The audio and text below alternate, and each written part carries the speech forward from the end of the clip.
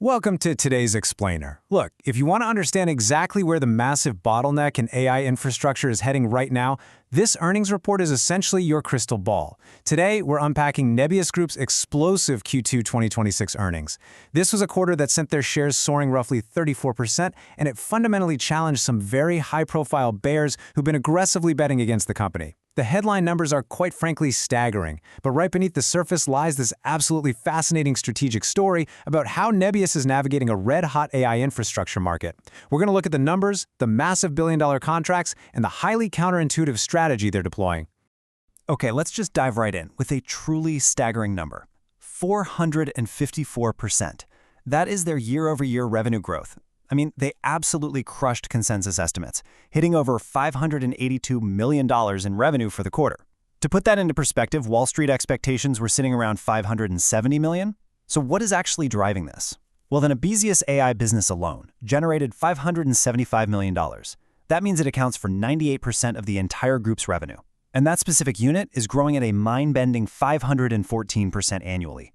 Honestly, top-line growth at this kind of scale is incredibly rare. But it's not just about bringing cash in the door. It's about what you keep. The profit swing here is massive. Just look at this jump.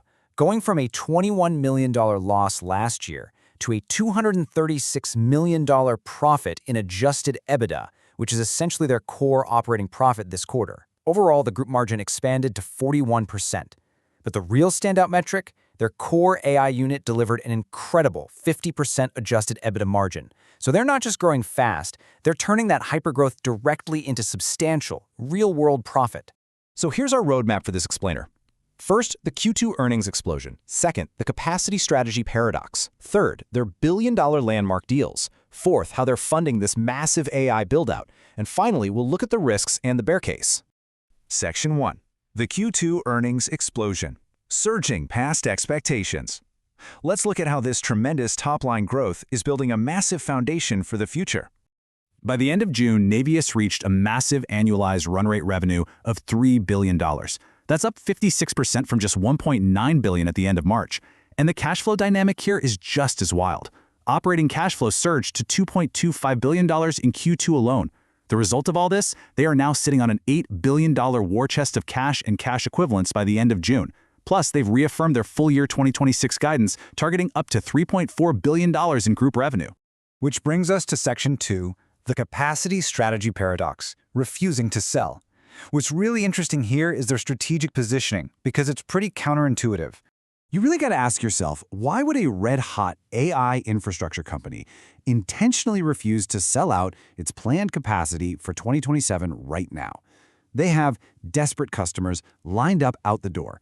For most businesses, the instinct is to lock in guaranteed revenue for years to come, right? You want to de-risk the business. But despite explosive, insatiable market demand, Nebius is acting a bit more like a commodity trader. They are deliberately holding back supply. CEO Arkady Voloij addressed this directly on the earnings call with a super blunt, confident statement. He basically said, we could sell all our 2027 capacity right now if we wanted to, but we're not doing it. It reveals a highly aggressive, almost swaggering mindset. They've built their model specifically to deploy capacity in advance, but they firmly refuse to pre-sell all of it. They're keeping available capacity on hand. But why? Well, it all comes down to the economics. They're holding back capacity because short-term flexibility essentially commands double the price of a standard long-term contract. Think about it. If they lock a customer in for 1 to 3 years, they get $20 to $25 million per megawatt. But if they keep capacity free for short-term deals, meaning up to 6 months, they're commanding $40 to $50 million per megawatt, and sometimes even above that. By acting like a commodity trader and actively managing their capacity, they're capturing peak pricing in real time. And to prove this model actually works, they ran their first ever capacity auction. Chief Revenue Officer Mark Boroditsky called this clear price discovery. Basically, letting the market aggressively bid on available capacity yielded massive premiums. The auction actually cleared at a price 15% above the highest pricing for NVIDIA's next-generation Blackwell chips that Nebius had ever charged, and a full 20% above their standard pipeline pricing. In a market where pricing literally changes as you move through a single sales cycle, holding back supply is proving to be incredibly lucrative. Moving right along to Section 3, billion-dollar landmark deals, beating traditional hyperscalers. Let's look at the heavy hitters validating this strategy. During Q2, Nebius closed 4 absolute landmark core AI cloud contracts with Reflection, Cohere, a US Neolab, and a US-based quantitative trading firm. These contracts averaged over $1 billion each. Let that sink in. But honestly, the most vital takeaway here isn't just the dollar amount. It's that all 4 of these massive deals were competitive displacements. That means these highly sophisticated customers actively chose Nebius over the traditional legacy hyperscalers like AWS or Microsoft Azure. So why are they winning these deals? Well, customers are citing responsiveness, transparency, and white glove support as key differentiators. And they're putting their money where their mouth is. Around 70% of Q2 deals included substantial upfront prepayments. These prepayments are covering roughly 50 to 60% of the capital expenditures associated with the hardware. That means the customers are essentially financing Nebius's growth for them. In fact, one customer who closed in May for a large-scale cluster is already back in discussions for even more capacity. Section 4. Funding the AI build-out, the operational reality. This is honestly a masterclass in business mechanics. How exactly is Nebius paying to build all this incredibly expensive infrastructure?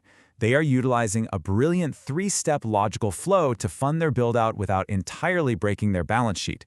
Step 1, as we just saw, is customer prepayments. They expect more than $9 billion in upfront funding through 2026, which directly reduces the need for debt and equity.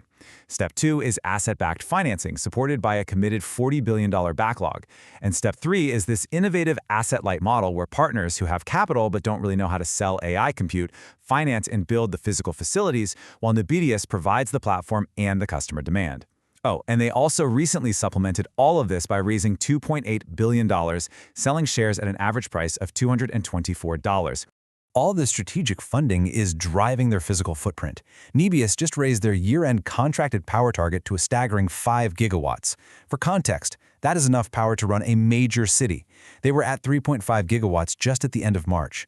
They expect almost all of this power to come online over the next 2 to 3.5 years, with over 1 gigawatt of new capacity planned just for 2027 alone.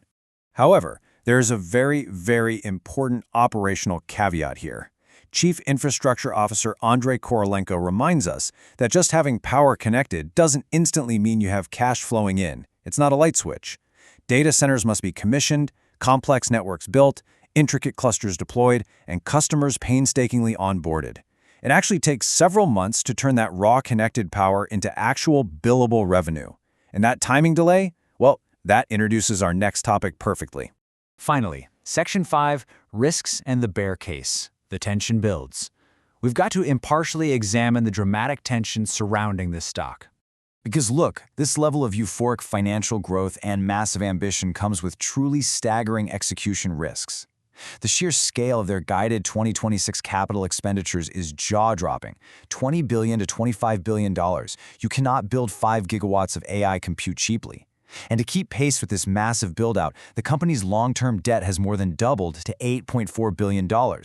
Managing that heavy debt load while furiously building out physical infrastructure, that is a high-wire act for any management team.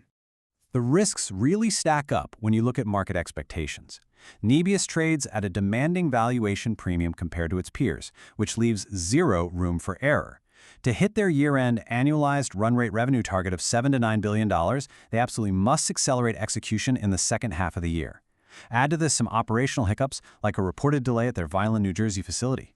Now, management claims this is just a minor layout amendment to accommodate more reliable Bloom fuel cells for their backup power. But trust me, the market is watching these timelines like a hawk. This immense execution risk, combined with the high valuation and debt load, is exactly why some famous investors have placed bearish bets against the company. Notably, Michael Burry, the big short himself, holds a high-profile short position against Nebius. While the recent 34% surge in share price has undoubtedly put massive pressure on those short sellers, the simple presence of smart money betting against them means Nebius is under immense, palpable pressure to perform absolutely perfectly. Which leaves us with this final thought for today's explainer. Nebius has clearly proven their Neocloud strategy can generate explosive growth, incredible margins, and secure billion-dollar deals by outsmarting legacy hyperscalers and leveraging this unique capacity paradox. But the huge question remains. Can Nebius actually turn this massive pipeline of contracted power into billable capacity fast enough to sustain this momentum? Can they flawlessly execute a $25 billion build-out, or will the friction of physical reality ultimately prove the short sellers right? It is a high-stakes race, and the next few quarters are going to give us the answer. Thanks so much for joining this explainer. We'll see you next time.